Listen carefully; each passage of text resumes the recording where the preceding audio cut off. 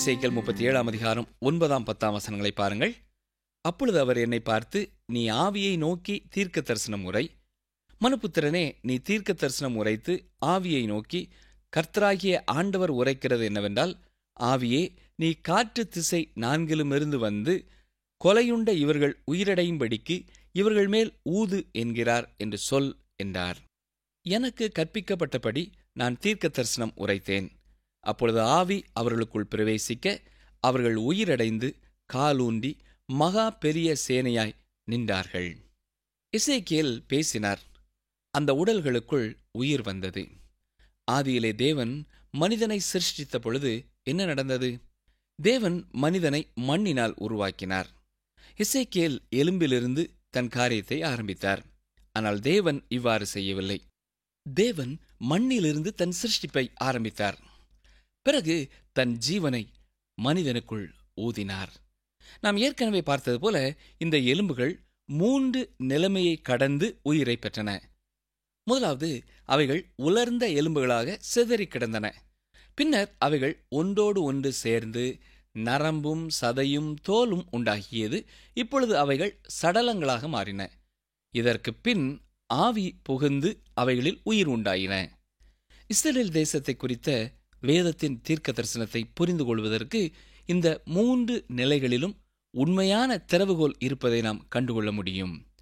அடுத்ததாக நாம் பார்க்கிற வசனம் எசேக்கியேலின் தரிசனத்தை நமக்கு விளக்குகிறதா இருக்கிறது. வசனம் 11 பாருங்கள். அப்பொழுது அவர் என்னை நோக்கி, மனுபுத்திரனே, இந்த எலும்புகள் இஸ்ரவேல் வம்சத்தார் அனைவருமே. இதோ அவர்கள், எங்கள் எலும்புகள் உலர்ந்து போயிற்று, எங்கள் நம்பிக்கை அற்று போயிற்று, நாங்கள் அறுப்புண்டு போகிறோம் என்கிறார்கள். இந்த வசனத்திலே நாம் பார்க்கிறது போல இந்த எலும்புகள் இஸ்ரவேல் வம்சத்தார் அனைவருமே என்று கர்த்தர் தெளிவாக சொல்கிறார். அருமையானவர்களே, நாம் இந்த வசனங்களிலே சபையை குறித்து பார்க்கவில்லை என்பதை தெளிவாக புரிந்து கொள்ள வேண்டும். நாம் இஸ்ரவேல் வீட்டாரை குறித்து இந்த வசனங்களில் பார்க்கிறோம். இதோ அவர்கள், எங்கள் எலும்புகள் உலர்ந்து போயிற்று, எங்கள் நம்பிக்கை அற்று போயிற்று, நாங்கள் அறுப்புண்டு போகிறோம் என்கிறார்கள். இந்த சிறையிருப்பிலே இருந்த இஸ்ரவேல் ஜனங்கள் ஒரு பகுதியிலிருந்து இன்னொரு பகுதியின் முடிவு எல்லைக்கு உடனுக்குடன் போய்விடுவதை நாம் பார்க்கிறோம். எருசலேம் அழியாமல் நின்று கொண்டிருக்கும் வரையிலும் பொய் தீர்க்கதரிசிகள் அவர்கள் எருசலேம் திரும்பி விடுவார்கள் என்று சொல்லிக் கொண்டிருக்கும் வரையிலும் இந்த இஸ்ரவேல் ஜனங்கள் ஒரு தவறான நம்பிக்கை உடையவர்களாக இருந்தார்கள். இப்பொழுது எருசலேம் அழிக்கப்பட்டவுடன் இந்த இஸ்ரவேல் ஜனங்கள் மற்றொரு எல்லையின் கடைசி பகுதிக்கு சென்று விட்டார்கள்.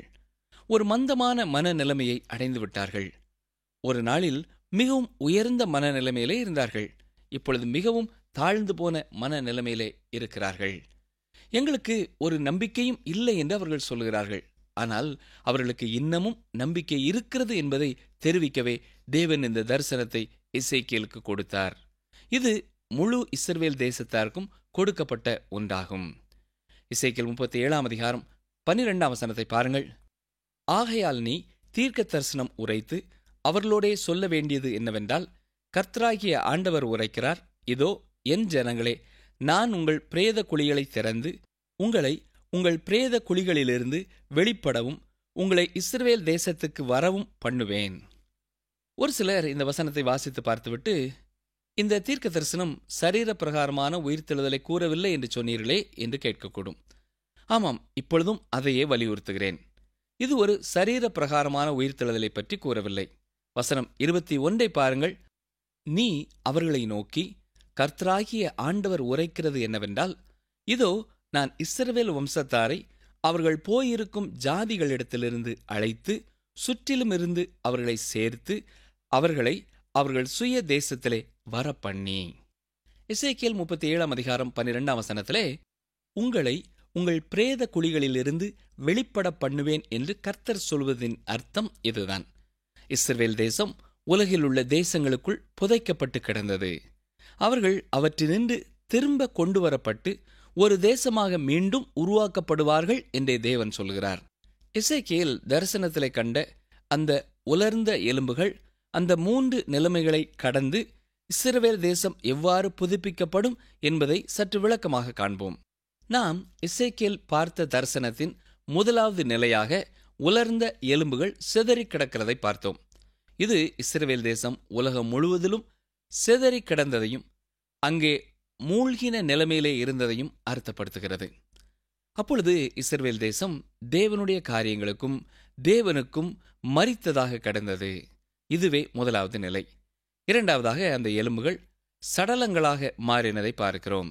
அதேபோல 1948 ஆண்டிலிருந்து இஸ்ரவேல் ஒரு தேசமாக மாறினது. அது ஒரு நாட்டிற்குரிய எல்லாவற்றையுமே பெற்றிருக்கிறது. அதற்கு கொடி, பாராளுமன்றம், அரசியல் அமைப்பு போன்ற எல்லாமே இருக்கிறது. இவை எல்லாமே இருந்தும் அதில் உயிர் இல்லை. அதாவது ஆவிக்குரிய வாழ்க்கை இல்லை. நீங்கள் எருசலேமை சுற்றி பார்த்தீர்களானால் இதை புரிந்து கொள்ளலாம்.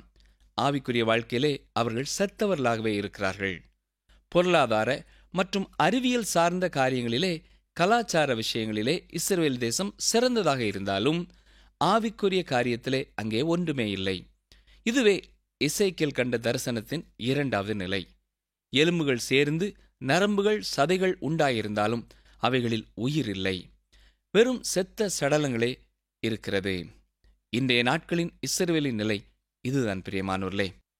தொடர்ந்து வசனங்கள் 15 முதல் 28 வரை பார்த்தீர்களானால் அங்கே 2 கோல்களை குறித்து பார்க்கிறோம். நாம் இதை குறித்து விளக்கமாக பார்க்க போவதில்லை. இது வட இஸ்ரவேல் தேசமும் யூதாவும் ஒன்றாக சேர்ந்து ஒரே ராஜ்யமாக மாறப்போகின்றதைத்தான் அடையாளப்படுத்துகிறது. அதன் அர்த்தம் என்னவென்றால், காணாமற் போன 10 இஸ்ரவேல் கோத்திரம் என்று இனி இருக்கப் போவதில்லை. இந்த 10 கோத்திரத்தார் எங்கே இருக்கிறார்கள் என்பதை தேவனே அறிவார். ஆனால் இஸ்ரவேல் தேசம் ஒன்றாக இருக்கும் என்றே தேவன் சொல்லுகிறார். எசேக்கியேல் 37 22 வசனத்தை பாருங்கள். அவர்களை இஸ்ரவேலின் மலைகளாகிய தேசத்திலே ஒரே ஜாதியாக்குவேன். ஒரே ராஜா அவர்கள் எல்லாருக்கும் ராஜாவாக இருப்பார். அவர்கள் இனி 2 ஜாதிகளாக இருப்பதில்லை. அவர்கள் இனி 2 ராஜ்யங்களாக பிரிவதும் இல்லை. இங்கே தேவன் அவர்களை ஒரே தேசமாக மாற்றுவதிலே உறுதியுடன் செயல்படுவதை பார்க்கிறோம். அவர்கள் இனி 2 ராஜ்யங்களாக பிரிந்து போவதில்லை என்று பார்க்கிறோம். வசனம் 24 பார்ப்போம் என்றால், ஒரே மேய்ப்பர் அவர்களுக்கு இருப்பார் என்று சொல்லப்படுவது இயேசு கிறிஸ்துவை குறிக்கிறது. அவர் உலகத்திற்கு வந்தபொழுது தாவீதின் வம்சத்திலே பிறந்தார். நாம் மத்தேயு 1 மற்றும் லூக்கா 2 போன்ற அதிகாரங்களை கவனமாக பார்க்கும் பொழுது அவர் தாவீதின் வம்சத்திலே வந்ததை அறிந்து கொள்ள முடியும். தாவீதின் வம்சத்திலே வந்த அவரே மேய்ப்பராக இருந்து அவர்களை ஆளுவார். நான் தனிப்பட்ட முறையிலே நம்புகிற காரியம் என்னவென்றால், தாவீதை தேவன் 1000 வருட அரசாட்சியிலே அல்லது நித்திய ராஜ்யத்திலே அரியணையிலே அமர வைத்து ஆட்சி புரிய வைப்பார் என்பதே. சில வேத வல்லுநர்கள் தாவீது 1000 வருட அரசாட்சியிலே ஆளுவார் என்று சொல்கிறார்கள். சிலர் நித்திய ராஜ்யத்திலே தாவீதின் ஆட்சி இருக்கும் என்றும் சொல்கிறார்கள். தாவீது இயேசு கிறிஸ்துவின் பிரதிநிதியாக இருந்து பூமியிலே ஆட்சி செய்வார். எசேக்கியேல் 37 28 வசனத்தை பாருங்கள். அப்படியே என் பரிசுத்த ஸ்தலம் அவர்கள் நடுவிலே என்றென்றைக்கும் இருக்கும்போது நான் இஸ்ரவேலை பரிசுத்தம் பண்ணுகிற கர்த்தர் என்று ஜாதிகள் அறிந்து கொள்வார்கள் என்கிறார் என்று சொல் என்றார். இந்த காரியம் இதுவரை நிறைவேறவில்லை, இனி நடக்கிறதா இருக்கிறது. என் பரிசுத்த ஸ்தலம் அவர்கள் நடுவிலே என்றென்றைக்கும் இருக்கும் பொழுது. இந்த பூமியிலே 1000 வருட அரசாட்சியின் காலத்திலும் நித்திய காலத்திலும் தேவாலயம் இருக்கப் போகிறது. நாம் வெளிப்படுத்தின விசேஷத்திலே தேவாலயம் இல்லாததை குறித்து வாசிக்கிறோம். இது புதிய எருசலேமை குறிக்கிறது. அங்கேதான் சபை இருக்கப் போகிறது. இந்த புதிய எருசலேம் பூமியிலே இருக்கப் போவதில்லை. ஆனால் இஸ்ரவேல் ஜனங்களின் நித்தியமான வீடு பூமியில்தான் இருக்கப் போகின்றது. இங்கே தேவனுடைய ஆலயம் அவர்கள் மத்தியிலே இருக்கும். எசேக்கியேல் இந்த 37 முதல் 39 வரையுள்ள அதிகாரங்களிலே இஸ்ரவேலை குறித்து சொன்னாலும் இதிலேயும் நம்முடைய தனிப்பட்ட வாழ்க்கைக்கு அநேக சிறந்த ஆவிக்குரிய பாடங்கள் உண்டு.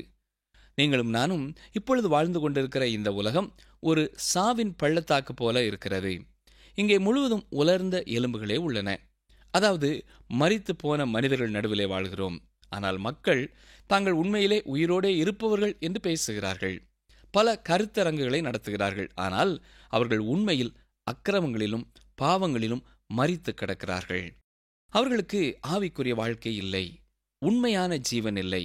ஆகவேதான் தங்களுடைய பழைய சடலத்தை அவர்கள் மதுபானங்களை குடித்து பதப்படுத்தி காத்துக்கொள்ள முயற்சிக்கிறார்கள்.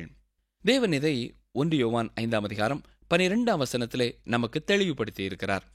குமாரனை உடையவன் ஜீவனை உடையவன், தேவனுடைய குமாரன் இல்லாதவன் ஜீவன் இல்லாதவன் என்கிறார். உங்களிடம் குமாரனாகிய இயேசு இருந்தால் நீங்கள் உயிருள்ளவர்கள். உங்களிடத்திலே அவர் இல்லை என்றால் நீங்கள் மரித்தவர்கள். 2 விதமான ஜனங்கள் இந்த உலகத்திலே இருக்கிறார்கள். ஒன்று உயிருள்ள மக்கள், மற்றொன்று மரித்த மக்கள் கூட்டம். யோவான் 3:36 குமாரனிடத்தில் விசுவாசமாயிருக்கிறவன் நித்திய ஜீவனை உடையவனாயிருக்கிறான் என்று வாசிக்கிறோம். குமாரனை விசுவாசியாதவனோ ஜீவனை காண்பதில்லை. தேவனுடைய கோபம் அவன் மேலே நிலை நிற்கும் என்கிறார். அதாவது இயேசுவாகிய குமாரனை உடையவனாக இல்லாதவன் மரித்தவன் ஆவான் என்று சொல்லுகிறார். அருமையான சகோதரனே, சகோதரியே, நீங்கள் எந்த பிரிவு மக்களோடு இருக்கிறீர்கள்? மரித்த கூட்டத்தில் இருக்கிறீர்களா? உயிருள்ளவர்களின் கூட்டத்தில் இருக்கிறீர்களா? நீங்கள் தேவனை பின்பற்றுகிறவர்களாக இல்லை என்றால் நீங்களும் மரித்த கூட்டத்தில்தான் இருக்கிறீர்கள். உலர்ந்த எலும்புகளே, தேவனுடைய வார்த்தையை கேளுங்கள். நீங்களும் உயிரடைய முடியும், ஜீவன் உள்ளவர்களாக மாற முடியும். ஆண்டவராகிய இயேசு கிறிஸ்துவை இன்றே உங்கள் சொந்த இரட்சகராக ஏற்றுக்கொள்ளுங்கள். இந்த ஒரு வாழ்க்கை பாடத்தை நாம் இந்த தீர்க்க தரிசனத்திலிருந்து பெற்றுக்கொள்ள முடியும். ஆனால் இதன் மைய கருத்து எருசலேம் தேசத்தை பற்றியது என்பதை நாம் மறந்து போகக்கூடாது. நாம் ஜீவனுள்ளவர்களாக வாழ அவரண்டை நம்மை அர்ப்பணம் செய்வோமா? ஜெபிப்போம். கிருபை நிறைந்த நல்ல ஆண்டவரே, இஸ்ரவேல் தேசம் மரித்து போன நிலைமையில இருந்தாலும் ஒரு நாள் நீர் அதை உயிரோடு எழுப்பப் போகிறீர். அதற்காக உமக்கு ஸ்தோத்திரம் செலுத்துகிறோம். 2 காலகட்டங்களை அவர்கள் கடந்து வந்து விட்டார்கள். 3வது காலகட்டத்திற்காக காத்திருக்கிறார்கள். எங்களுடைய வாழ்க்கையிலேயும் நாங்கள் மரித்து போனவர்களாய் இருப்போம் என்றால் எங்களிலே யார் யார் இன்னமும் உம்முடைய வசனத்திற்கு செவி சாய்க்காமல் இருப்போம் என்பதை நீர் அறிந்திருக்கிறீர். எங்களை நீர் உயிர்ப்பிக்க வேண்டும் என்று கெஞ்சுகிறோம். உம்முடைய ஜீவன் எங்களிலே ஊதப்பட்டு உம்முடைய வசனம் எங்களிலே வாழ்வு பெற்று நாங்கள் அனுதினமும் உம்மை உண்மையோடும் உத்தமத்தோடும் பின்பற்றுகிறவர்களாக மாற, உம்முடைய குமாரனாய் இயேசு கிறிஸ்துவை எங்கள் இரட்சகராக விசுவாசித்து ஏற்றுக்கொண்டவர்களாக வாழ நீரே கிருபை செய்யும். தொடர்ந்து எங்களோடு பேசும். எங்கள் அனுதின வாழ்க்கையிலே நீர் ஈடுபாடு கொள்ளும். மீட்பர் இயேசு கிறிஸ்துவின் நாமத்தினாலே தாழ்மையோடு ஜெபிக்கிறோம் பிதாவே, ஆமென்.